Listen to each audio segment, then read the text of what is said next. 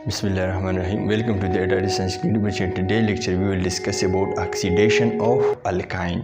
Alkyne की हम oxidation करेंगे by using alkaline के iminophore. मेन हमारा टॉपिक ये होगी। इसके अलावा जो हम व्हाट इज़ ऑक्सीडेशन, ऑक्सीडेशन किसे कहते हैं, इसको हम डिस्कस करेंगे। इसके अलावा जो हम अल्कलाइन के इम्यूनोफोर की जो सोल्यूशन इस्तेमाल करते हैं, डिफरेंट कंडीशन अगर हम प्रोवाइड कर ले इस रिएक्शन को, डिफरेंट प्रोडक्ट बनेगा। अगर हम ये के इम्यूनोफोर की सोल्यूशन अल्काइन के साथ इस्तेमाल करें, हार्ड कंडीशन में इस्तेमाल करें, क्या प्रोडक्ट देगा, और हमारे पास क्या है कोल्ड कंडीशन में अगर इस्तेमाल कर ले तो क्या प्रोडक्ट देगा। हमारे जो 10th क्लास केमिस्ट्री में ये जो रिएक्शन क्या है, वहाँ पर जो प्रोडक्ट बना है वहाँ पर न रिएक्शन की कंडीशन मेंशन किया है और जो प्रोडक्ट बना है वो भी गलत बना है, कुछ इस तरह लिखा है। इस सारी चीज़ों को हम क्लियर करेंगे, क्योंकि वहाँ पर जो रिएक्शन है वो बिल्कुल गलत दिया है, कोई कंडीशन मेंशन नहीं किया है, न प्रोडक्ट और रिएक्टेंट की जो इक्वेशन है वो भी बैलेंस नहीं किया है। इन सारे डाउट्स को क्लियर करने के लिए मैंने काफ़ी थोड़े बहुत डिटेल से हम बात करेंगे। अगर आप 10th क्लास केमिस्ट्री के स्टूडेंट्स हैं तो सिर्फ और सिर्फ यहाँ पर कंसेप्ट क्लियर कर ले, और अपनी जो किताब है, आपकी जो किताब है, इसकी मैकेनिज़्म, इस रिएक्शन की मैकेनिज़्म मैंने वहाँ पर लिखा है। जो ऑक्सैलिक एसिड बनता है वो किस तरह बनता है, सिर्फ और सिर्फ आप एक छोटे से क्या कर ले, एक छोटे से मैकेनिज़्म को याद कर ले तो आपके लिए काफ़ी होगा। यहाँ पर वहाँ पर बच्चों लिखा है कि हमारे पास क्या है, एसिटाइलिन बच्चों लिया है और इसके साथ क्या रिएक्ट किया है, इसके साथ नेसेंट ऑक्सीजन को रिएक्ट किया है इन द प्रेजेंस ऑफ के इम्यूनोफोर, और वहाँ पर क्या बनाया है, ये वाला चीज़ बनाया है, इसको हम क्या कहते हैं, ऑक्सैलिक एसिड बनाया है, और प्लस CO2 बनाया है, जो कि यहाँ पर कोई कंडीशन मेंशन नहीं किया। जो प्रोडक्ट है ये भी अनसेटिस्फैक्ट्री है। लिहाजा इसलिए थोड़े बहुत डिटेल के साथ हम बात करेंगे। स्टार्ट लेते हैं कि व्हाट इज़ ऑक्सीडेशन। ऑक्सीडेशन बच्चों कैसे कहते हैं, एडिशन ऑफ ऑक्सीजन को कहते हैं ऑक्सीडेशन, एडिशन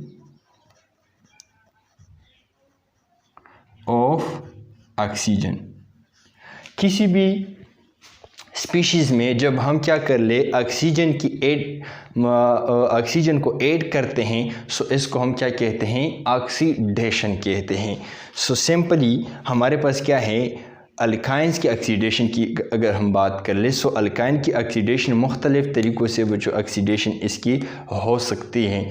सबसे पहले जो हम बात करते हैं कंबशन भी ऑक्सीडेशन की एक टाइप है, लेकिन यहाँ पर कंबशन में बच्चों क्या होता है, हम एयर फ्रीली बर्न करते हैं विद एसिटाइलिन या अल्काइन की जो मेंबर होते हैं। यहाँ पर अगर हम अल्काइन की ऑक्सीडेशन कर लेते in the presence of air in spark, यहाँ पर क्या हो जाती हैं, यहाँ पर ऑक्सीजन मिल जाता है और प्रोडक्ट बन जाता है कार्बन डाइऑक्साइड, पानी, और ये जो रिएक्शन है इसके साथ काफ़ी ज़्यादा हीट भी पैदा हो जाती है।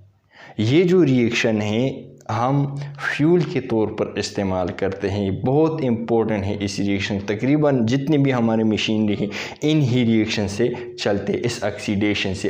अल्कीन अल्काइन की जब हम ऑक्सीडेशन करते हैं इससे huge amount of energy obtain हो जाते हैं, और इस एनर्जी को हम मुख्तलिफ़ पर्पज़ के लिए, मुख्तलिफ़ मशीनों को चलाने के लिए इस्तेमाल करते हैं।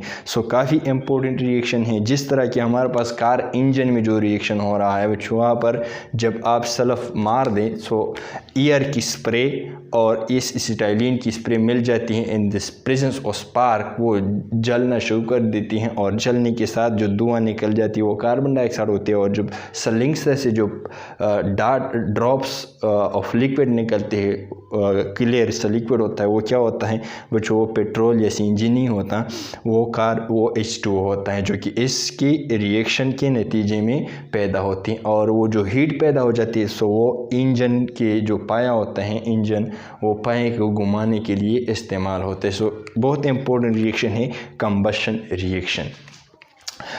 अभी हम बात करते हैं oxidation of alkyne with alkaline KMnO4। Alkaline KMnO4 से क्या मुराद है कि ऐसे रिएक्शन जिसमें हम क्या कर ले बच्चों, KMnO4 के साथ पोटाशियम हाइड्रोक्साइड मिलाते हैं। सो पोटाशियम हाइड्रोक्साइड बच्चों अल्कली है। अल्कली से क्या मुराद है, बेस। ये बेस है, इसलिए अल्कलाइन KMnO4 की बात करते हैं।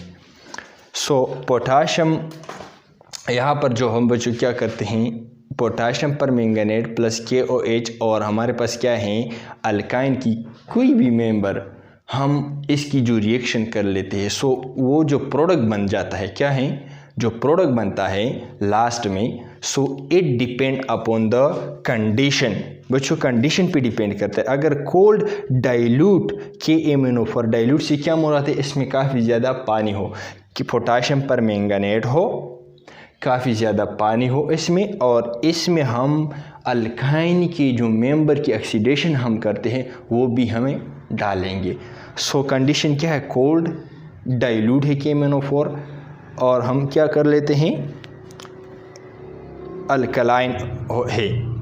दूसरी जो कंडीशन है हॉट KMnO4 सोल्यूशन हम इस्तेमाल करते हैं और कंसनट्रेटेड। सो पेड़ क्या प्रोडक्ट देगा, दो तरह की कंडीशन है, एक कोल्ड है और एक हार्ड है। कोल्ड कंडीशन में क्या प्रोडक्ट दे सकता है और हार्ड कंडीशन में प्रोडक्ट क्या दे सकता है। तो सबसे पहले हम कोल्ड डाइल्यूट KMnO4 सोल्यूशन अगर हम इस्तेमाल कर ले तो वो जो अल्काइन के दो तरह के हमारे पास कार्बन्स होते हैं जहाँ पर ऑक्सीडेशन हो रहा है। एक वो जो हमारे पास टर्मिनल कार्बन होते हैं, मिसालों से आपको और भी वाज़ह हो जाएगा। इसको टर्मिनल कार्बन कहते हैं। टर्मिनल कार्बन जब हम क्या कर ले बच्चों, कंडीशन क्या कर ले, cold dilute alkaline potassium permanganate इस्तेमाल कर ले, कोल्ड, ठीक है। सो जो टर्मिनल कार्बन है बच्चों, यहाँ से क्या बनेगा, कार्बोक्सिलिक एसिड बनेगा। कार्बन डबल बॉन्ड, इस पर कार्बन डबल बॉन्ड बनेगा और यहाँ पर इसके साथ OH, ठीक है। इतना हमने याद किया, ठीक। यहाँ पर बच्चों जो नॉन टर्मिनल कार्बन होता है, नॉन टर्मिनल कार्बन से क्या मुराद है, जब हम एग्जाम्पल और पढ़ ले सो आपको पता चल जाएगा। सो यहाँ पर जब नॉन टर्मिनल कार्बन के साथ यहाँ पर जो ऑक्सीजन हम इस्तेमाल कर ले और कंडीशन फर्स्ट वाला हम कंडीशन यहाँ पर इसको हम सेकंड वाला, ताकि हमारे पास आसान हो जाए। सो फर्स्ट वाला कंडीशन इस्तेमाल कर लें। सो यहाँ पर जो नॉन टर्मिनल कार्बन है ये कहाँ पर चेंज हो जाएगा, कीटो या कीटोन ग्रुप में कन्वर्ट हो जाएगा। इन case of cold dilute KMnO4 alkaline KMnO4 जब हम क्या कर ले, इस्तेमाल कर ले, ठीक है। सो एग्जांपल्स की बात करते हैं। ये हमारे पास क्या है, ये प्रोपाइन है, प्रोपाइन, ठीक। यहाँ पर हम KMnO4 इस्तेमाल कर लेते हैं। KMnO4 की वजह से ये ऑक्सीजन, ये निश्चित ऑक्सीजन बन जाता है। किस तरह बनता है इसकी बात हम करेंगे। डाइल्यूट KMnO4 है, यहाँ पर हमने इस्तेमाल किया है। सो यहाँ पर जो टर्मिनल कार्बन है, एक ये वाला कार्बन है और एक ये वाला, इसको टर्मिनल कार्बन, इसको नॉन टर्मिनल कार्बन कहते हैं। सो ये जो टर्मिनल कार्बन है वो इसको क्या कर ले, इसके साथ ऑक्सीजन डबल बॉन्ड लगाए और OH लगाए, ठीक है। और ये जो बॉन्ड हो गया, यहाँ पर कार्बन डबल बॉन्ड ऑक्सीजन क्या कर ले, लगाए। सो ये कीटो कार्बन हो गया और ये क्या है, कार्बोक्सिलिक एसिड ग्रुप है। सो ये कार्बोक्सिलिक एसिड में टर्मिनल कार्बन चेंज हो गया और ये दूसरा कीटो में चेंज हो गया। इसकी अगर नाम हम लिख लेते हैं, सो 1 2 3 1 2 3, ठीक है, 3। सो 3 कार्बन है। सो कितने पर क्या है, ये कीटो ग्रुप कौन से वाला ग्रुप कार्बन पर है, सो 2 कार्बन पर है। सो यहाँ पर हमने 2 क्या है, और जब हम इस सुफिक्स इस्तेमाल करते हैं कीटो, सो इसको हम ऑक्सो कहते हैं। कार्बन पर ऑक्सो ग्रुप है और प्रोपेन ओइक एसिड, इस carbon double bond oxygen OH को क्या कहते हैं, ओइक। इसके लिए जो प्रीफिक्स इस्तेमाल होता है ओइक, और ये चूँकि एसिडिक है इन नेचर एसिड इस्तेमाल करें, सो 2 ऑक्सो प्रोपेन ओइक एसिड बन जाता है, ठीक है। अगर हम इस तरह 2 ब्यूट YNE2 ब्यूटाइन की ऑक्सीडेशन कर ले in the presence of dilute KMnO4, यही वाला कंडीशन यही है, कोल्ड है। सो यहाँ पर क्या हो जाता है, ये बच्चों टर्मिनल कार्बन तो नहीं है, नॉन टर्मिनल है।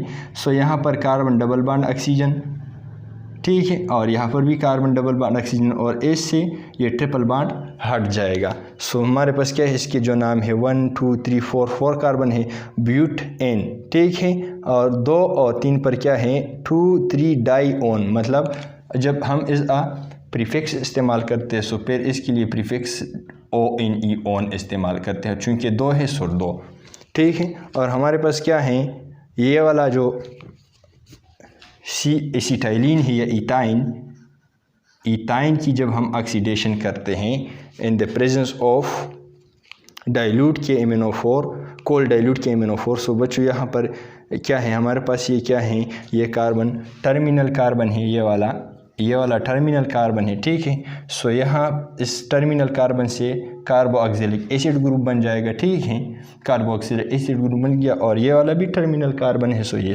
यहाँ से भी कार्बोक्सिलिक एसिड ग्रुप बन जाएगा। सो इसको हम क्या कहते हैं, ऑक्सैलिक एसिड। वहाँ पर हमारी किताब में वहाँ पर क्या लिखा है, CO2 लिखा है। सो ये CO2 जो लिखा है ये गलत लिखा है, इससे CO2 नहीं बनता।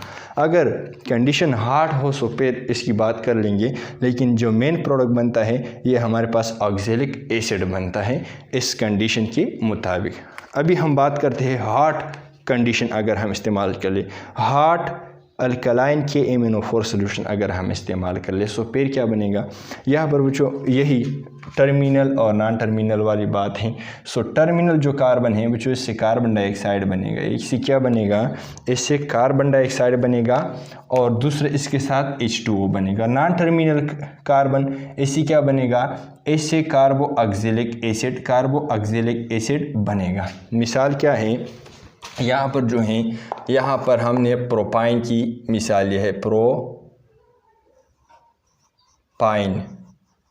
यहाँ पर हमने प्रोपाइन की मिसाल लिया है और यहाँ पर ऑक्सीजन, नेसेंट ऑक्सीजन है, इसके साथ ऑक्सीडेशन कर लेते हैं। सो यहाँ पर हमारे पास 2 कार्बन है, एक ये वाला कार्बन है जो ट्रिपल बॉन्ड मौजूद है यहाँ पर, और एक ये वाला कार्बन है जो यहाँ पर मौजूद है। बच्चों जो ये वाला कार्बन है ये चेंज हो जाएगा कार्बन डाइऑक्साइड में, और ये जो ये वाला कार्बन है ये कार्बोक्सिलिक एसिड में चेंज हो जाएगा। सो CH3 अपनी जगह, कार्बन अपनी जगह, और यहाँ पर डबल बॉन्ड ऑक्सीजन और OH लग जाएगा प्लीज़, ठीक है। और यहाँ पर जो CH हैं इससे कार्बन डाइऑक्साइड प्लस H2O बन गया, ठीक।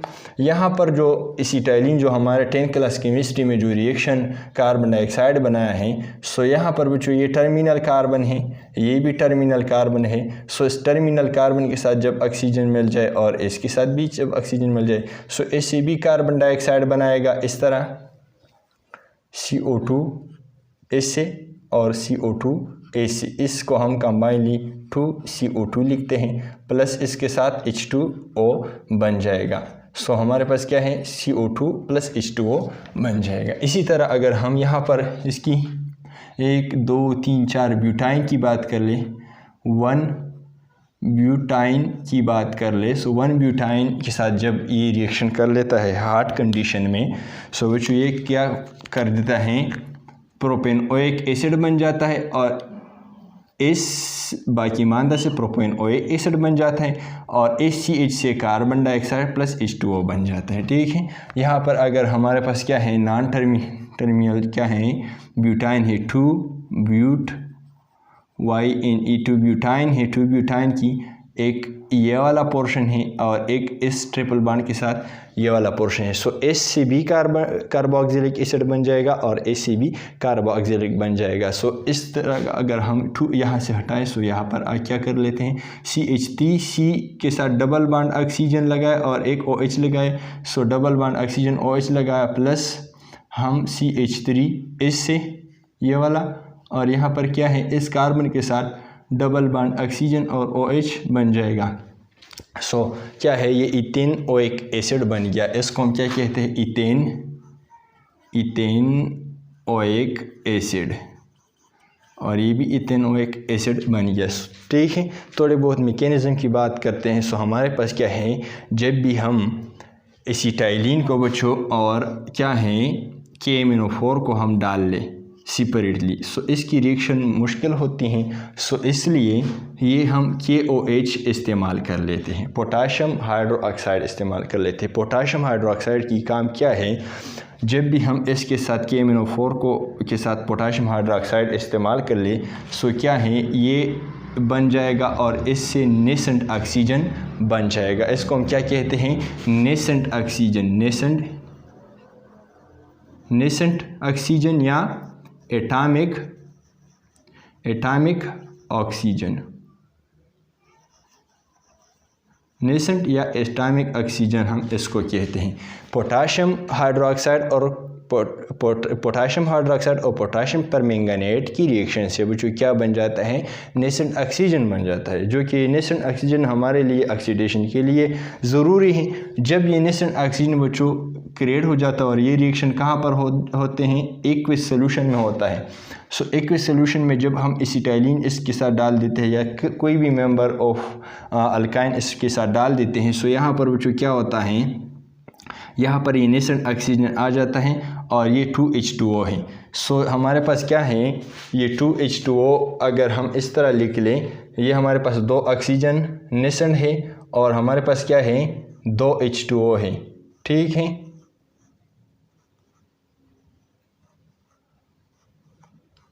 इस तरह सो एक OH इससे बन जाता है, एक OH हमारे पास ये बन सकता है और एक OH ये है और एक OH ये है। सो हमारे पास क्या है? यहाँ पर जो हम इसके साथ रिएक्शन कर ले सो एक OH यहाँ पर, चूँकि 2 ऑक्सीजन है और 2 पानी के मॉलिक्यूल, एक OH यहाँ पर, एक OH यहाँ पर, एक OH यहाँ पर, इस ऑक्सीजन और इस H2O से 4 OH बन सकता है। सो यहाँ पर टेट्राहाइड्रोक्सी ईथेन बन गया। टेट्राहाइड्रोक्सी ईथेन चूँकि वो जो अनस्टेबल है, इस अनस्टेबिलिटी की वजह से इससे -2H2O रिमूव हो जाएगा।